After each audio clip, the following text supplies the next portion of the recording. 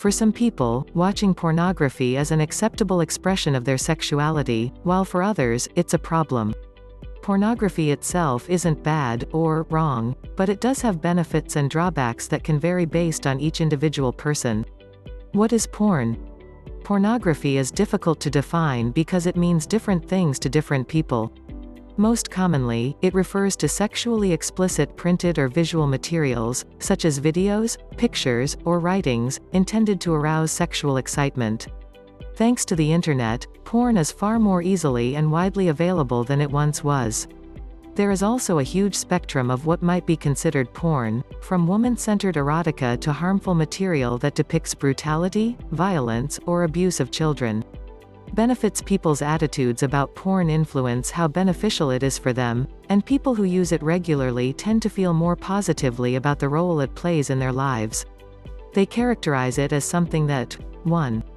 Increases their sexual knowledge, improves their attitudes about sex, betters their overall quality of life. Porn is most frequently used for masturbation, which has its own set of health benefits. 2. In general, masturbation can help people feel more comfortable with their bodies, their sexuality, and their sexual fantasies. 3. For men specifically, more frequent ejaculation, including through masturbation, may improve prostate health and lead to lower rates of prostate cancer. 4. Pornography and masturbation can also provide an outlet for you to explore your body and your sexuality, which can be an empowering, confidence-boosting experience. Women, in particular, seem to benefit from this aspect of porn. 5. Porn can also be positive for people in the LGBTQ community, provided it represents their viewpoints and isn't focused only on heterosexual relationships. 6. For some couples, watching porn together may offer benefits to the relationship, assuming that both partners have the same positive attitude toward porn. In one study, people who viewed pornography together with their partner reported a higher quality relationship with better communication, sexual satisfaction, and commitment compared to people who viewed porn alone. 7.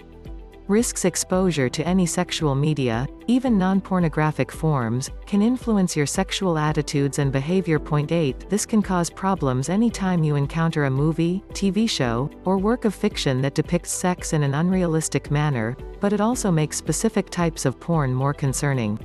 Porn that promotes unrealistic body images, risky or unsafe sexual behavior, sexism, or violence may be particularly problematic.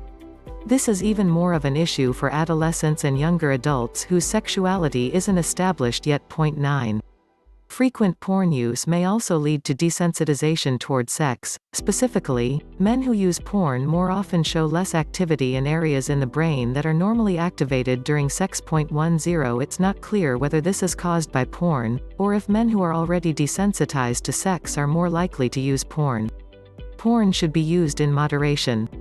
Porn can be addictive, in the same way that other gratifying behaviors like gambling can be. 11.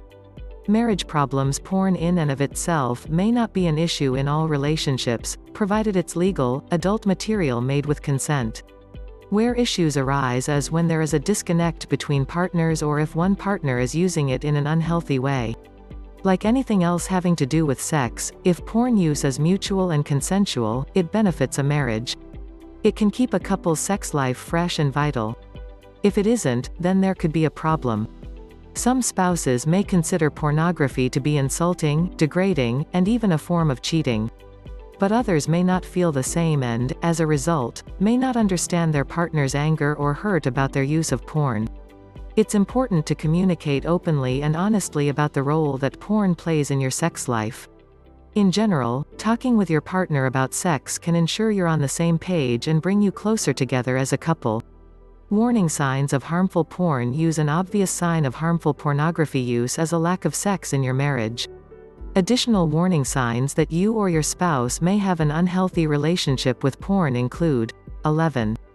Allowing easy access to pornographic magazines, videos, and computer files to other family members, demanding an unusual amount of privacy on the computer, dismissing a partner's feelings on the issue, excessive masturbation, feeling anxious, stressed, or moody when unable to access porn, feeling unable to stop viewing porn despite negative consequences, lying about or hiding porn use, neglecting family, social, or work obligations to view porn, refusing to discuss the issue, spending an increasing amount of time watching porn, staying up late at night to spend time on the computer. While porn can be addictive, a porn addiction isn't formally recognized as a mental health condition. Point 12. However, if you do believe that you or your spouse has an unhealthy relationship with porn, therapy may help.